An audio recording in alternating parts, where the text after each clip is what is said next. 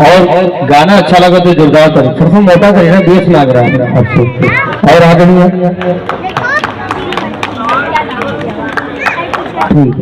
और आदरणीय हमारे परम आदरणीय भोला भैया और दीजिए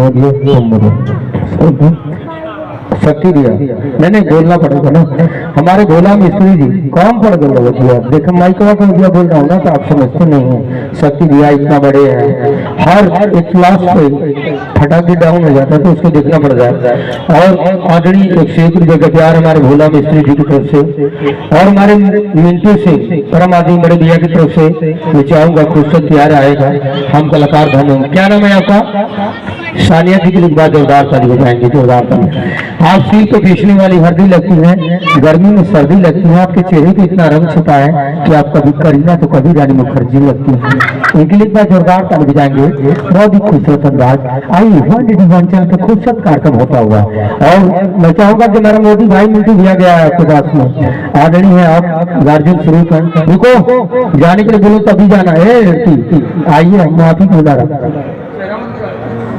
और मुस्कुराती नजरों से इनके लिए कहना चाहूंगा, हाथ पकड़ाओ, शादी नहीं कर रहा हूँ आपसे, टेलीकास्ट बता रहा हूँ, जो आप बहुत ही फाइनल डांस लड़के आए हैं पंजाब की धरती से, इनके लिए बात जोरदार कर लिया।